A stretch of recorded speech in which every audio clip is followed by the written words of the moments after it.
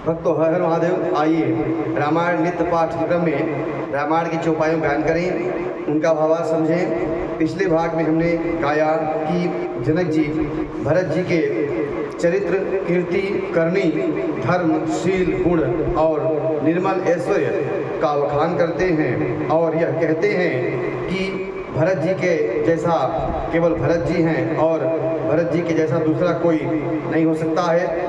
आइए आगे क्रम में हम चौपाइयों गायन करें, उनका भावार्थ समझें, जिसमें जनक जी भरत जी के शील और स्वभाव का वर्णन करते हैं। वीडियो अच्छा लगे तो यूट्यूब चैनल को सब्सक्राइब जरूर करें, शेयर करें, जय श्री राम कमेंट करें। आइए शुरू करते हैं।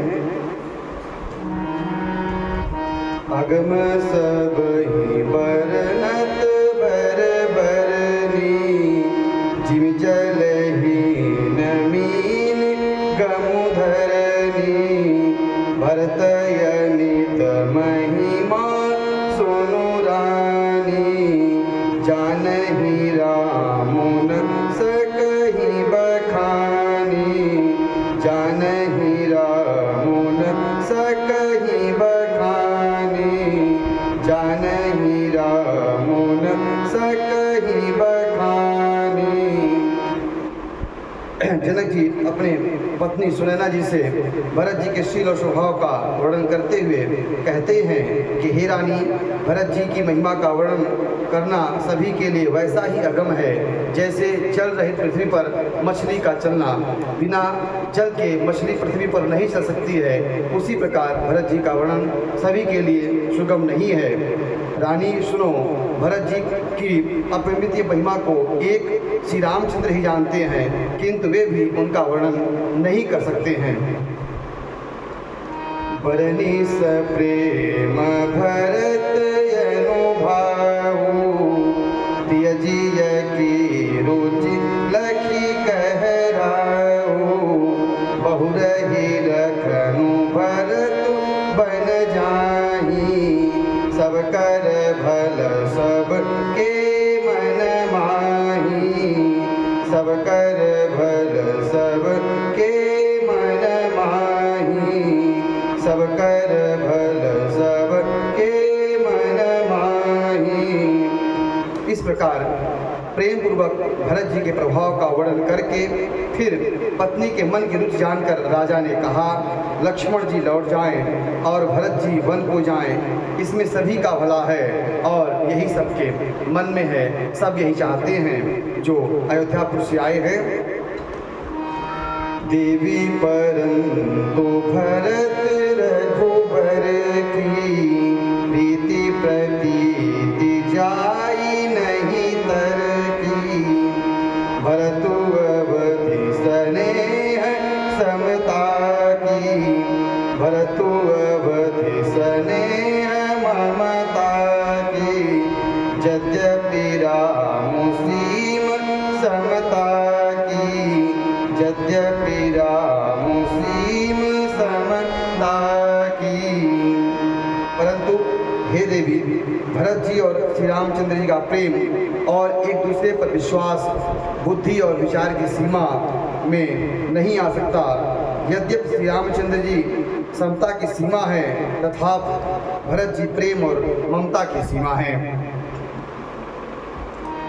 परमार्थ स्वार्थ सुख सारे, भरत न सपने हूँ मन हूँ निहारे, साधक सिद्ध राम पगने हूँ, मोहिलख परत भरत मत हूँ, मोहिलख परत भरत मत हूँ।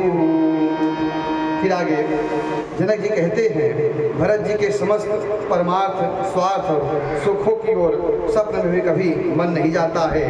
श्री रामचंद्र जी के चरणों का प्रेम ही उनका साधन है और उनका मन हमेशा प्रभु श्री रामचंद्र जी के चरणों में लगा रहता है और वही उनके लिए सिद्धि है। मुझे तो भरत जी का बस एकमात्र सिद्धांत यही जान पड़ता है।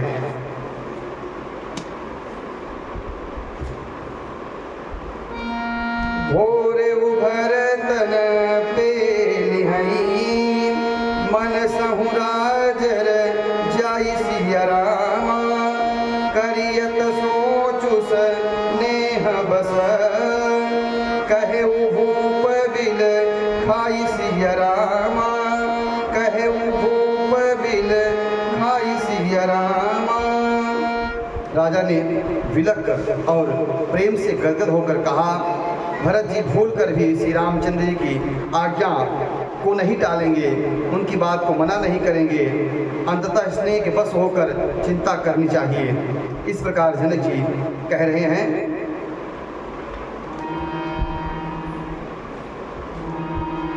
राम भरत गुण कन तस प्रीति, निस दंपति पलक समबीति, राज समाज प्रात जुग जागे, नहाई नहाजुर पूजन लागे। श्री रामचंद्र जी और भरत जी के गुणों का प्रेम पूर्वक वखान करते हुए पति पत्नी को रात पलक के समान बीत गई। कब बीत गई पता नहीं चला। प्रातः काल दोनों राज समाज जागे और नहा नहाकर देवी देवताओं की पूजा करने लगे। के नहाई गुर पही रघुराई, बंदी चरण बोले रुख पाई, नाथो भरत पुर जन महतारी, शोक बिकल बनवास दुखारी, शोक बिकल बनवास दुखारी। प्रभु श्री रामचंद्र जी स्नान करके गुरु वशिष्ठ के पास गए और चरणों की वंदना करके उनका रुख पाकर बोले, हे नाथ, अवधपुरवासी भरत तथा माताएं सब शोक से व्याकुल हैं और वनवास में सब दुखी हैं। आगे प्रभु श्री रामचंद्र जी क्या कहते हैं, सहित समाज राव मिथिलेशु, बहुत दिवस भय सहद कलेशु, उचित होई सोई कीजिए नाथा, हित सब ही कर रौरे हाथा, हित सब ही कर रौरे हाथा। तब प्रभु श्री रामचंद्र जी जनक जी से कहते हैं कि समाज सहित क्लेश रहते हुए बहुत दिन बीत गए, इसलिए हे नाथ, जो उचित हो और वही कीजिए, आपके ही हाथ में सभी का हित है। अस कही अति सकुचे रघुराऊ, मुनि पुलके लखी सीलु सुभाऊ, तुम बिनु राम सकल सुख साजा, नरक सरिस दूँ राज समाजा, नरक सरिस दूँ राज समाजा। ऐसा कहकर श्री रघुनाथ जी अत्यंत सकुचा गए। उनका शील स्वभाव देखकर मुनि वशिष्ठ जी पुलकित हो गए, आनंदित हो गए। हे राम, तुम्हारे बिना संपूर्ण सुखों के साथ दोनों समाज को नरक के समान है। ऐसा कहा।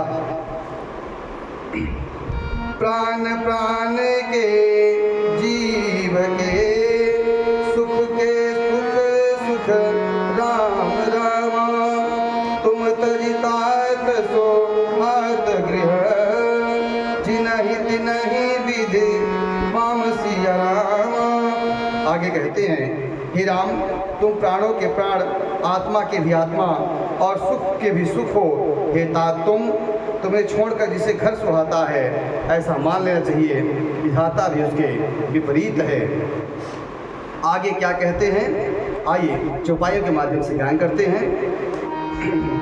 सो सुख करम धर्म जरि जाऊ, सो सुख करम धर्म जरि जाऊ, जहन राम पद पंकज भाऊ, जहन राम पद पंकज भाऊ, जोग कुजोग ज्ञान अज्ञानु, जहन जहन ही राम प्रेम परधानु, जहन ही राम प्रेम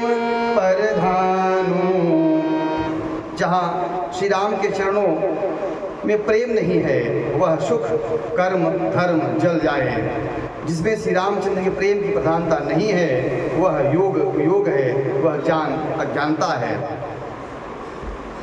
तुम बिन दुखी सुखी तुम देही, तुम जानहु जिय जो जेहि केहि, राउर आय सुशिर सबहि के, विदित कृपालहि गति सबली के, विदित कृपालहि गति सबली के। तुम्हारे बिना ही सब दुखी हैं और जो सुखी हैं वह तुम ही सुखी हैं। जिस किसी में जी में जो कुछ है तुम सब जानते हो, आपकी आज्ञा सभी के सिर पर है।